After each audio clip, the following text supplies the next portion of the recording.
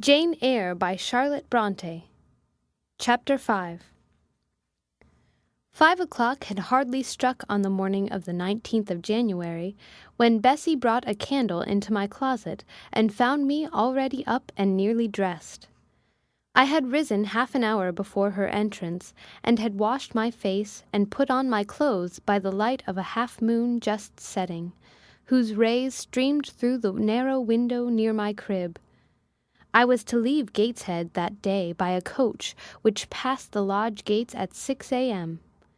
Bessie was the only person yet risen. She had lit a fire in the nursery, where she now proceeded to make my breakfast. Few children can eat when excited with the thoughts of a journey, nor could I. Bessie, having pressed me in vain to take a few spoonfuls of the boiled milk and bread she had prepared for me, wrapped up some biscuits in a paper and put them into my bag. Then she helped me on with my pelisse and bonnet, and wrapping herself in a shawl, she and I left the nursery. As we passed Mrs. Reed's bedroom, she said, "Will you go in and bid Mrs. good-bye?" "No, Bessie. She came to my crib last night when you were gone down to supper, and said I need not disturb her in the morning, or my cousins either. And she told me to remember that she had always been my best friend, and to speak of her and be grateful to her accordingly." "What did you say, miss?" "Nothing. I covered my face with the bedclothes, and turned from her to the wall." "That was wrong, Miss Jane." "It was quite right, Bessie. Your missus has not been my friend. She has been my foe." "Oh, Miss Jane, don't say so." "Good-bye to Gateshead," cried I, as we passed through the hall and went out at the front door. The moon was set, and it was very dark. Bessie carried a lantern, whose light glanced on wet steps and gravel road sodden by a recent thaw. Raw and chill was the winter morning. My teeth chattered as I hastened down the drive. There was a light in the porter's lodge. When we reached it, we found the porter's wife just kindling her fire. My trunk, which had been carried down the evening before, stood corded at the door. It wanted but a few minutes of 6, and shortly after that hour had struck, the distant roll of wheels announced the coming coach. I went to the door and watched its lamps approach rapidly through the gloom. "Is she going by herself?" asked the porter's wife. "Yes." "And how far is it?" 50 miles. "What a long way!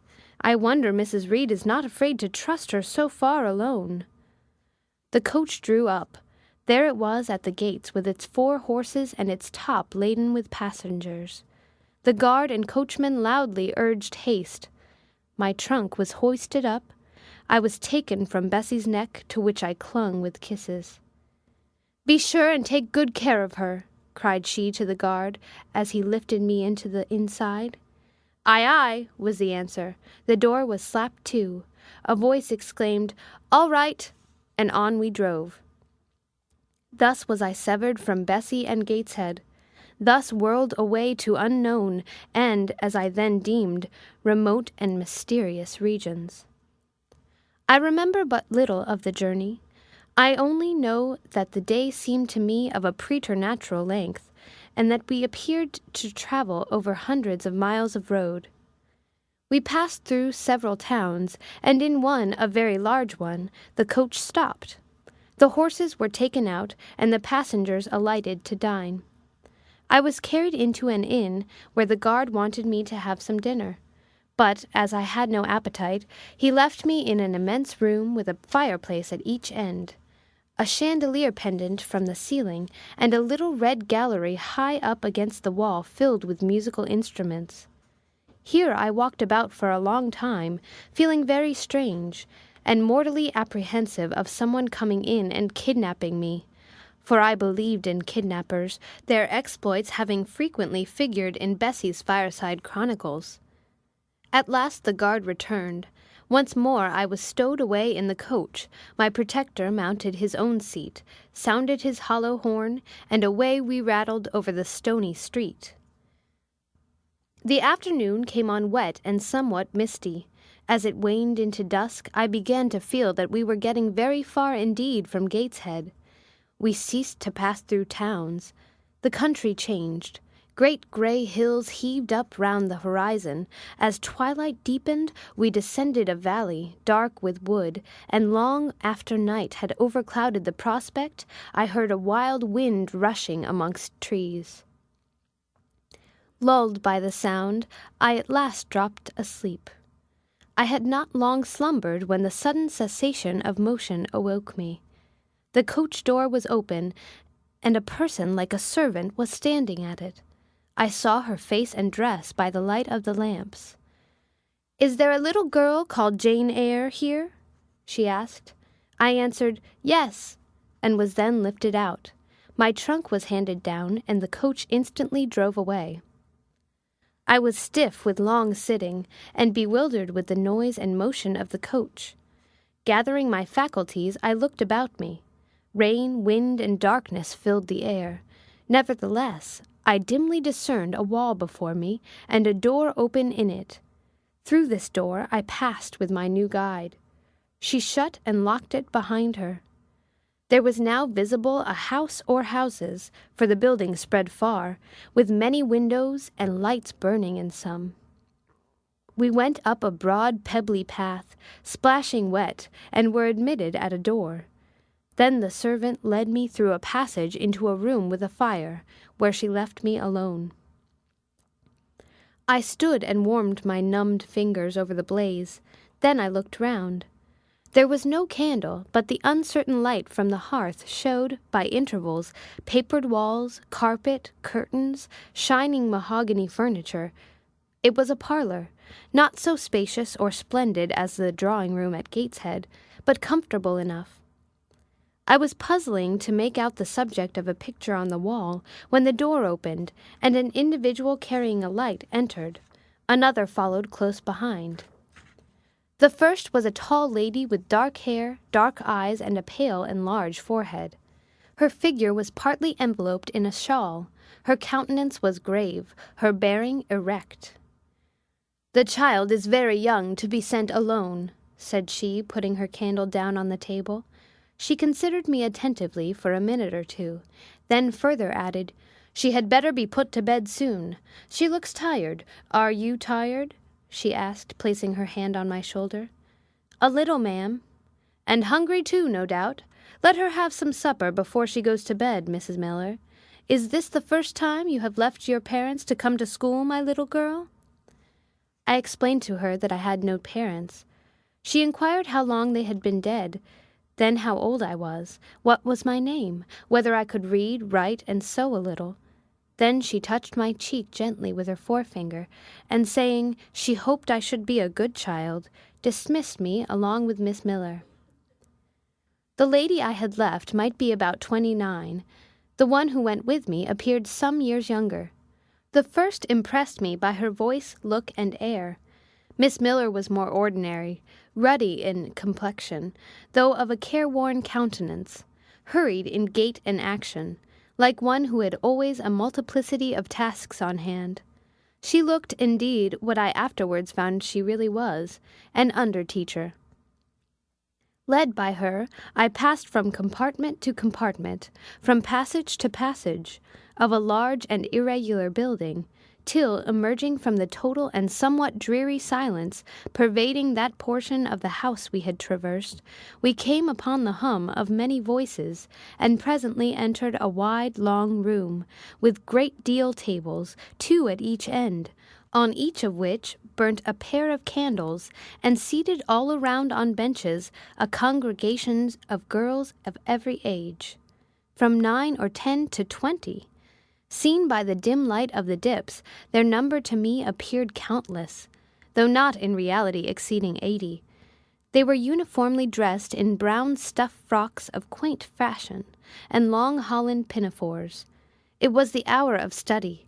They were engaged in conning over their tomorrow's task, and the hum I had heard was the combined result of their whispered repetitions. Miss Miller signed to me to sit on a bench near the door.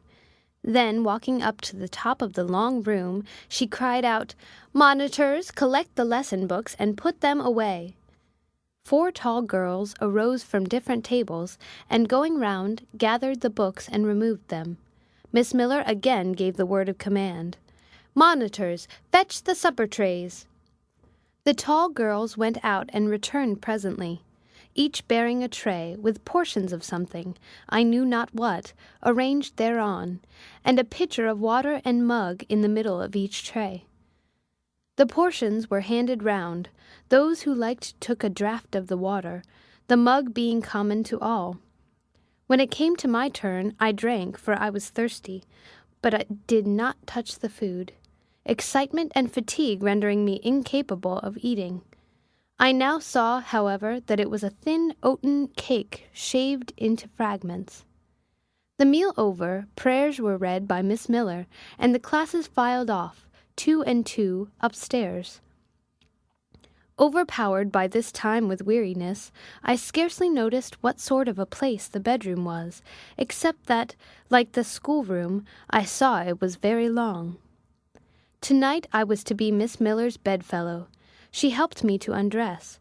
When laid down, I glanced at the long rows of beds, each of which was quickly filled with 2 occupants.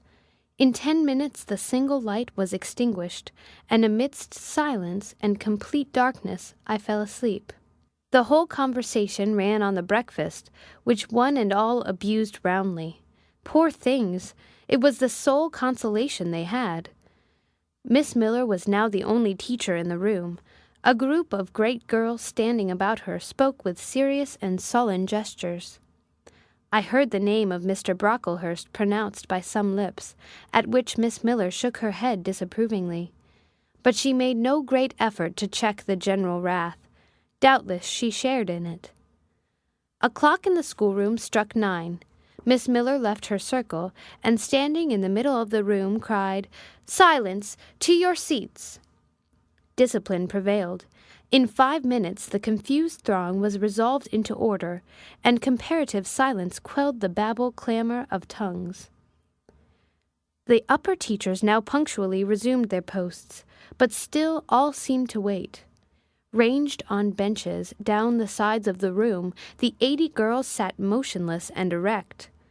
A quaint assemblage they appeared, all with plain locks combed from their faces, not a curl visible, in brown dresses made high and surrounded by a narrow tucker about the throat, with little pockets of holland, shaped something like a Highlander's purse, tied in front of their frocks, and destined to serve the purpose of a work-bag.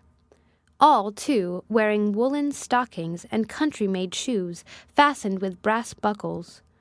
Above 20 of those clad in this costume were full-grown girls, or rather young women. It suited them ill, and gave an air of oddity even to the prettiest. I was still looking at them, and also at intervals examining the teachers, none of whom precisely pleased me, for the stout one was a little coarse, the dark one not a little fierce, the foreigner harsh and grotesque, and Miss Miller, poor thing, looked purple, weather-beaten, and overworked. When, as my eye wandered from face to face, the whole school rose simultaneously, as if moved by a common spring. What was the matter? I had heard no order given. I was puzzled. Ere I had gathered my wits, the classes were again seated. But as all eyes were now turned to one point, mine followed the general direction, and encountered the personage who had received me last night. She stood at the bottom of the long room on the hearth, for there was a fire at each end. She surveyed the 2 rows of girls silently and gravely. Miss Miller, approaching, seemed to ask her a question, and having received her answer, went back to her place and said aloud, "Monitor of the first class, fetch the globes." While the direction was being executed, the lady consulted moved slowly up the room. I suppose I have considerable organ of veneration, for I retain yet the sense of admiring awe with which my eyes traced her steps. Seen now in broad daylight, she looked tall, fair, and shapely, brown eyes with a benignant light in their iris, and a fine penciling of long lashes round, relieved the whiteness of her large front. On each of her temples her hair, of a very dark brown, was clustered in round curls, according to the fashion of those times, when neither smooth bands nor long ringlets were in vogue. Her dress, also in the mode of the day, was of purple cloth, relieved by a sort of Spanish trimming of black velvet. A gold watch, watches were not so common then as now, shone at her girdle.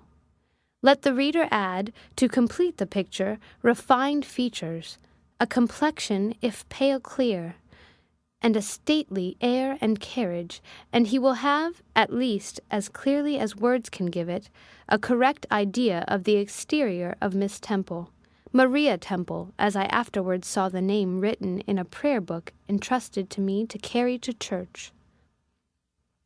The superintendent of Lowood, for such was this lady, having taken her seat before a pair of globes placed on one of the tables, summoned the first class round her, and commenced giving a lesson on geography. The lower classes were called by the teachers. Repetitions in history, grammar, etc., went on for an hour. Writing and arithmetic succeeded, and music lessons were given by Miss Temple to some of the elder girls. The duration of each lesson was measured by the clock, which at last struck 12. The superintendent rose. "I have a word to address to the pupils," said she. The tumult of cessation from lessons was already breaking forth, but it sank at her voice. She went on. "You had this morning a breakfast which you could not eat. You must be hungry. I have ordered that a lunch of bread and cheese shall be served to all." The teachers looked at her with a sort of surprise. "It is to be done on my responsibility," she added in an explanatory tone to them, and immediately afterwards left the room. The bread and cheese was presently brought in and distributed, to the high delight and refreshment of the whole school. The order was now given, "To the garden!" Each put on a coarse straw bonnet, with strings of colored calico, and a cloak of gray frieze. I was similarly equipped, and, following the stream, I made my way into the open air. The garden was a wide enclosure, surrounded with walls so high as to exclude every glimpse of prospect. A covered veranda ran down one side, and broad walks bordered a middle space divided into scores of little beds. These beds were assigned as gardens for the pupils to cultivate, and each bed had an owner. When full of flowers they would doubtless look pretty, but now, at the latter end of January, all was wintry blight and brown decay. I shuddered as I stood and looked round me. It was an inclement day for outdoor exercise, not positively rainy, but darkened by a drizzling yellow fog. All underfoot was still soaking wet with the floods of yesterday. The stronger among the girls ran about and engaged in active games, but sundry pale and thin ones herded together for shelter and warmth in the veranda, and amongst these, as the dense mist penetrated to their shivering frames, I heard frequently the sound of a hollow cough. As yet I had spoken to no one, nor did anybody seem to take notice of me. I stood lonely enough, but to that feeling of isolation I was accustomed. It did not oppress me much. I leant against a pillar of the veranda, drew my gray mantle close about me, and, trying to forget the cold which nipped me without, and the unsatisfied hunger which gnawed me within, delivered myself up to the employment of watching and thinking.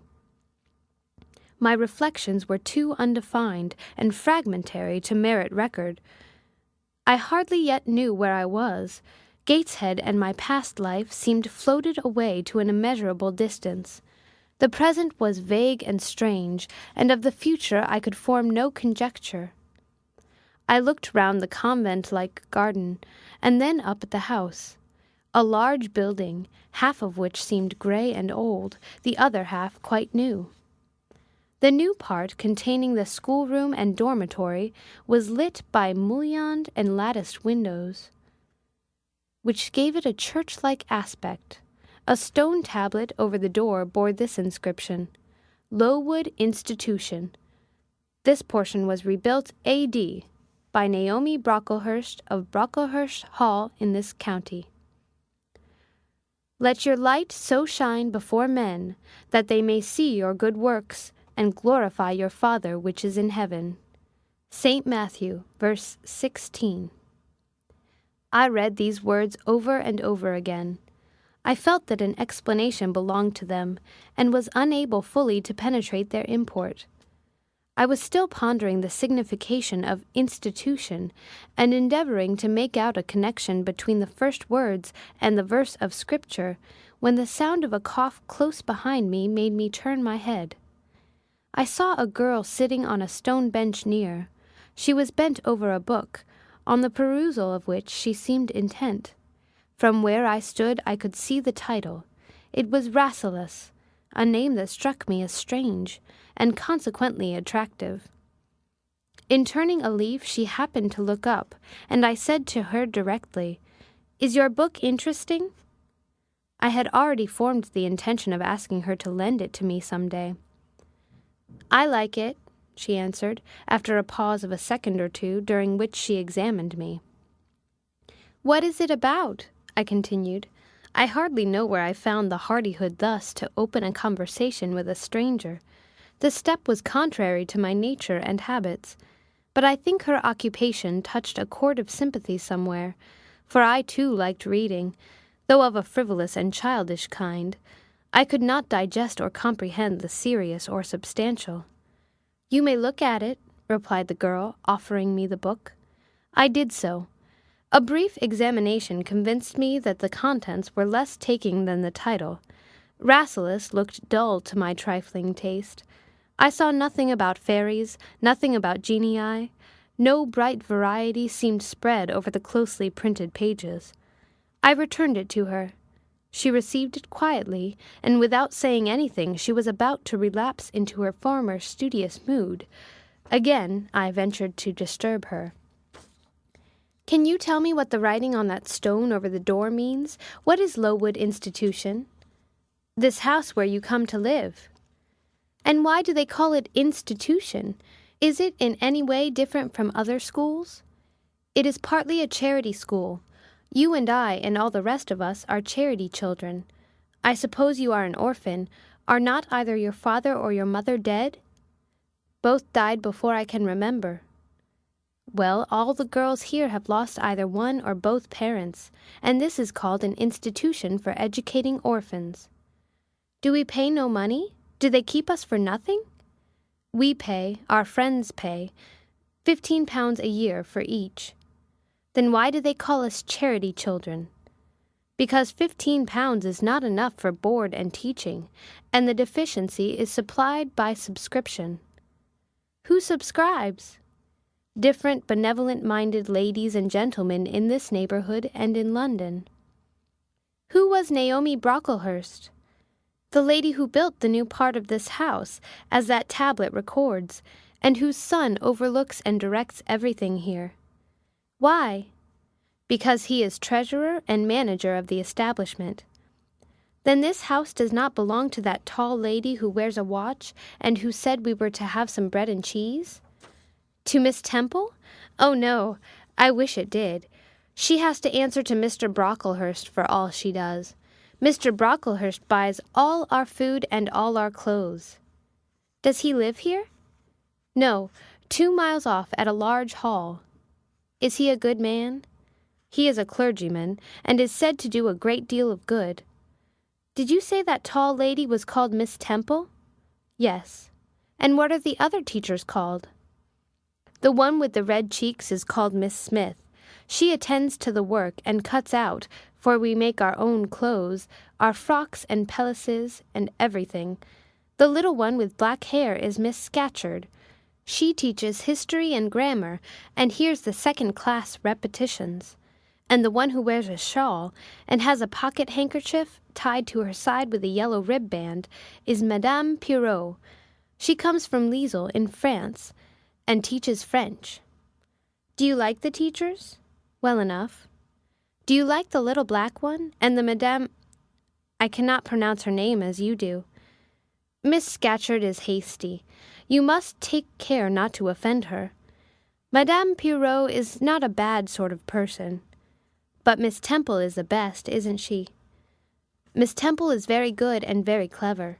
She is above the rest, because she knows far more than they do. Have you been long here? 2 years. Are you an orphan?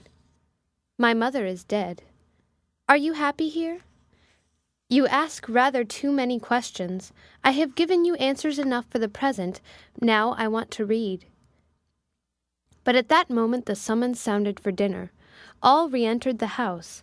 The odor which now filled the refectory was scarcely more appetizing than that which had regaled our nostrils at breakfast.